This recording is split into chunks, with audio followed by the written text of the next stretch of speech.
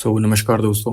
आज हम बात करेंगे इंडियन प्रेस के बारे में। मीन्स इंडियन प्रेस और जर्नलिज्म के इतिहास के बारे में। मीन्स 1780 से लेकर के आज तक जो भी चीज़ें इंक्लूड हुई हैं उसके बारे में बात करेंगे, क्योंकि ये यूपीपीसीएस का मोस्ट डिमांडिंग टॉपिक है। प्लस इससे आपको 2 से 3 क्वेश्चन हर साल देखने को मिलते हैं कि इंडियन प्रेस के बारे में, उसकी हिस्टोरिकल उसके इवेंट्स के बारे में, प्लस कौन कौन से लीडर्स इसके खिलाफ खड़े हुए या फिर इसके सपोर्ट में खड़े हुए। तो ये सारी चीज़ें हम लोग इसी एक पेज में सारी चीज़ें समझ लेंगे। ये एक इनिशिएटिव स्टार्ट किया है, मींस सिंगल पेज रिवीजन। तो सिंगल पेज रिवीजन में आपको सारी चीजें एक ही पेज में, सारी चीजें कंसाइज वे में क्लियर हो जाएंगी। मींस एक टॉपिक हम लोग उठाएंगे और उससे रिलेटेड सारी चीजें यहाँ पर क्लियर हो जाएंगी। अगर इसका आपको पेड बैच ज्वाइन करना है तो नीचे मैंने डिस्क्रिप्शन में लिंक दिया हुआ है, आप वहां पर जाकर ही कॉन्टेक्ट कर सकते हैं। तो सबसे पहले स्टार्ट करते हैं। तो देखिए, ये टॉपिक एग्जाम के लिए तो मोस्ट इंपॉर्टेंट टॉपिक है, ठीक है। तो चलिए स्टार्ट करते हैं। सबसे पहले एक ओवरव्यू लेते हैं, ये चीजें कहाँ से स्टार्ट हुई और कौन कौन से फेजेस थे इसमें। तो सबसे पहला आता है 1780 से लेकर के 1857 तक। ये काफी अर्ली फेज था। मींस यहाँ पर इंडियन प्रेस का जस्ट स्टार्टिंग ही हुआ था इंडियन प्रेस का, और स्टार्टिंग में ही कुछ कुछ रेस्ट्रिक्शंस लगना यहाँ पर स्टार्ट हो गए थे। मींस 1870 से लेकर के 1857 तक, 1780 से लेकर के 1857 तक, ये अर्ली फेज बोला जाता है इसको। नेक्स्ट है 1857 से लेकर के 1914 तक। मींस यहाँ पर नेशनलिस्ट राइज देखा गया और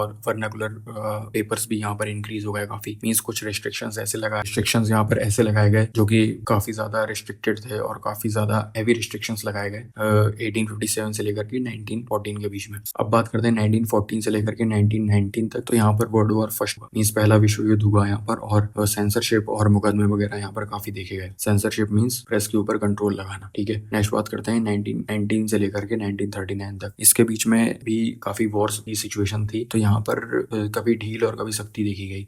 मींस कभी थोड़ा सा लूजनेस और कभी थोड़ा सा रेस्ट्रिक्शंस यहाँ पर देखे गए। अब बात करते हैं 1939 से लेकर के 1945 तक। 1939 से लेकर के 1945 तक था अपना world war second. World war second के टाइम पर भी प्री सेंसरशिप को वापस ले लिया गया सेकंड वर्ल्ड वॉर के टाइम पर। नेक्स्ट है 1947 से लेकर के मतलब इंडिपेंडेंस के बाद। तो यहाँ पर स्वतंत्रता मींस आजादी दे दी गई इंडियन प्रेस को। तो चलिए सबसे पहले स्टार्ट करते हैं कि इंपॉर्टेंट पब्लिकेशंस क्या थे इसके, और किन किन चीजों को हम लोगों को एग्जाम पॉइंट ऑफ व्यू से मोस्ट इंपॉर्टेंट लेके चलना है। कि मींस देखो, इसमें फैक्ट ज्यादा पूछे जाते हैं कि कौन सा पेपर कब लिखा गया और ये सारी डेट्स प्लस इसके ईयर्स वगैरह। तो वो चीजें आपको मतलब दिमाग में रखनी है कि सारी चीजें फैक्चुअल वे में याद करते चलो, है ना। तो सबसे पहले बात करते हैं अर्लियर पायनियर फेज के बारे में, मींस 1857 से पहले के बारे में इसमें बात करते हैं। इससे पहले मींस बिफोर 1857 से। तो सबसे पहले आता है बंगाल गजट। बंगाल गजट क्या था? ये था पहला न्यूज़पेपर था, ये 1780 में रिलीज हुआ और ये जेम्स ऑगस्टस हिकी ने लिखा था ये न्यूज़पेपर। तो इसका नाम था हिकीज बंगाल गजट, इसको इस नाम से भी जाना जाता है। नेक्स्ट है Calcutta general. Calcutta general means 1818 में ये पहला जनरल प्रिंट हुआ और ये जेएस बकिंगम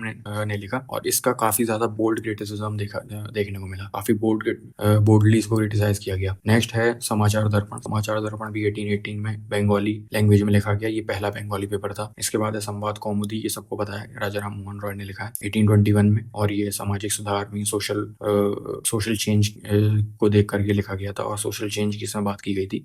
इसके बाद है मिरातुल अखबार एंड जम ए जहानुमा। तो मिरातुल अखबार भी राजा राम मोहन रॉय ने लिखा, और इसमें भी काफी क्रिटिकल सिचुएशंस के बारे में लिखा गया मींस 1822 में। और जम ए जहानुमा भी ये उर्दू में लिखा गया 1822 में, और इसमें उर्दू फुटप्रिंट्स जो हैं इसके देखे गए। तो इसकी एक ट्रिक है, उस ट्रिक से इसको याद कर सकते हैं। तो ही कलम सासा मिजा मींस ही से हो जाएगा हिक्की जेम्स ऑगस्टस हिक्की ने। कलम से हो गया कलकत्ता जर्नल, सासा मिजा मींस समाचार दर्पण एंड संवाद कौमुदी, मी से हो गया मिरातुल अखबार एंड जम ए जहानुमा।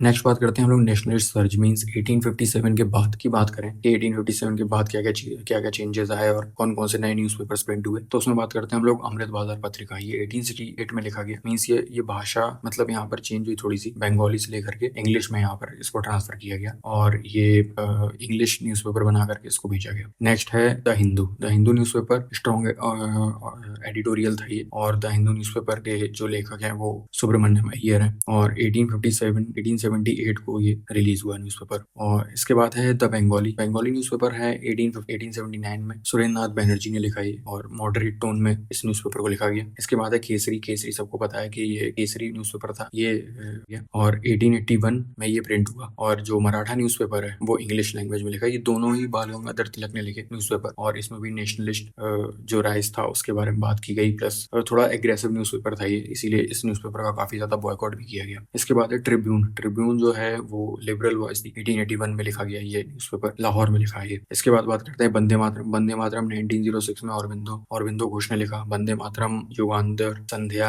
ये सब एक्सट्रीमिस्ट की जो थी, इसमें उसकी राइटिंग्स देखी गई, एक्सट्रीमिस्ट राइटिंग। मॉडरेट न्यूज़पेपर्स नहीं थे ये काफी ज्यादा एग्रेसिव न्यूज़पेपर्स थे, और प्लस इसमें जो गवर्नमेंट की या फिर ब्रिटिश गवर्नमेंट की जो भी चीजें थी उनको क्रिटिसाइज किया गया था इन न्यूज़पेपर्स में। नेक्स्ट है अल हिलाल एंड अल बलाग। अल हिलाल लिखा गया 1912 में और ये 1915 में। ये मौलाना अबुल कलाम आजाद ने लिखा और ये एंटी कॉलोनियलिज्म से रिलेटेड था ये न्यूज़पेपर। इसके बाद है यंग इंडिया, हरिजन, ये गांधी जी के न्यूज़पेपर थे। यंग इंडिया, हरिजन, ये सबको पता है गांधी जी के न्यूज़पेपर थे मास मोबिलाइजेशन की। इसके बाद बात करते हैं वर्नाकुलर प्रेस एक्ट 1878। ये डेट आपको याद रखनी है, ये याद रखना है। 1878 वर्नाकुलर प्रेस एक्ट आया और ये लॉर्ड लिटन ने इसमें भाषा आधारित जो वर्नाकुलर थे अखबारों को यहाँ पर टारगेट किया गया है ना, और उसके ऊपर वर्नाकुलर लैंग्वेज होती, मतलब जो हम लोगों की बोलचाल वाली भाषा, उस पे यहाँ पर रिस्ट्रिक्शंस लगाए गए। मींस पावर था यहाँ पर bond seizure non jury trial का, यहाँ पर पावर देखा गया। अमृत बाजार पत्रिका लिखी गई इंग्लिश में शिफ्ट करके, मतलब इसको बचाव किया गया। ठीक है, अब इस एक्ट को रिपील किया किसने? रिपन ने रिपील किया 1882 में। वर्नाकुलर प्रेस एक्ट लाया कौन? लॉर्ड लिटन। और इसको रिपील किसने किया? रिपन ने रिपील किया 1882 में। नेक्स्ट बात करते हैं, अब देखो स्मार्ट एग्जाम पेयरिंग आप कैसे कर सकते हैं। तो सबसे पहले आता है केसरी मराठा, ये दोनों लिखे किसने? बाल गंगाधर तिलक ने। ठीक है, और इसके बाद है वंदे मातरम। वंदे मातरम लिखा अरबिंदो ने। अल हिलाल, अल बलाग, ये दोनों लिखे मौलाना अबुल कलाम आजाद ने। इसके बाद है यंग इंडिया और हरिजन, ये तीनों न्यूज़पेपर्स गांधी जी ने लिखे हैं। द बंगाली, ये सुरेंद्र नाथ बैनर्जी ने लिखा, और अमृत बाजार पत्रिका लिखा शिशिर कुमार घोष एंड मोतीलाल घोष ने। ठीक है, इसके बाद बात करते हैं हम लोग कुछ महत्वपूर्ण जो पत्र पत्रिकाएं हैं और उनके संपादक। मीन्स इसको मैंने इंग्लिश से हिंदी में कन्वर्ट किया है, तो ये सारी चीजें वही सेम है जो हिंदी में इसको कन्वर्ट किया है। नेक्स्ट बात करते हैं अब एक्ट्स रिलेटेड टू प्रेस। अब प्रेस से रिलेटेड एक्ट्स कौन कौन से हैं? तो सबसे पहला आता है लाइसेंसिंग रेगुलेशन एक्ट, मीन्स 1823 वाला। इसमें क्या था? एडम्स के एक्ट, मीन्स ये एडम्स के एक्ट ने लाया लाइसेंसिंग रेगुलेशन एक्ट 1823। इसको सिर्फ आपको एज अ फैक्चुअल चीजें याद करनी है, ज्यादा इसके डीप में नहीं आना। ठीक है, तो नेक्स्ट है इसके बाद मेटकाल्फ एक्ट 1835, ये भी काफी लिबरल था। लाइसेंसिंग एक्ट 1857, ये था रिवोल्ट के पैनिक से रिलेटेड था लाइसेंसिंग एक्ट। इसमें क्या किया था कि लाइसेंस को इम्पोज किया गया था प्रेस के ऊपर। नेक्स्ट बात करते हैं press and registration of books act 1867 था। देखो इसकी क्रोनोलॉजी जरूर याद रखना, क्योंकि कभी कभी मैं क्रोनोलॉजी सेट करने में, अरेंज करने के लिए जंबल वर्ड्स के फॉर्म में ये दे दिया जाता है, उसको अरेंज करना होता है। तो ये क्रोनोलॉजी जरूर याद रखना। सबसे पहले आया licensing act, licensing regulation act 1823, Metcalfe act 1835, licensing act 1857 वाला। फिर इसके बाद आया press and registration books act 1867 and vernacular press act 1875। तो वर्नाकुलर प्रेस एक्ट तो मोस्टली लोगों को याद रहता है, तो बाकी ये सारी चीजें भी याद रखना, ताकि जो क्रोनोलॉजी में आया तो आराम से सेट हो। वर्नाकुलर प्रेस एक्ट को रिपन ने रिपील कर दिया था, तो रिपन से रिपील ऐसे याद रख सकते हैं। ठीक है, इसके बाद है न्यूज़पेपर एक्ट 1908 में आया newspaper act. Indian press act आया 1910 में। प्रेस इमरजेंसी पावर्स एक्ट 1931 में, इससे सिविल डिसोबीडियंस एरा के टाइम पे आया था। ठीक है, और डिफेंस ऑफ इंडियन एक्ट आया 1915 में। 1939 है ना, इसमें भी सेंसरशिप इम्पोज की गई।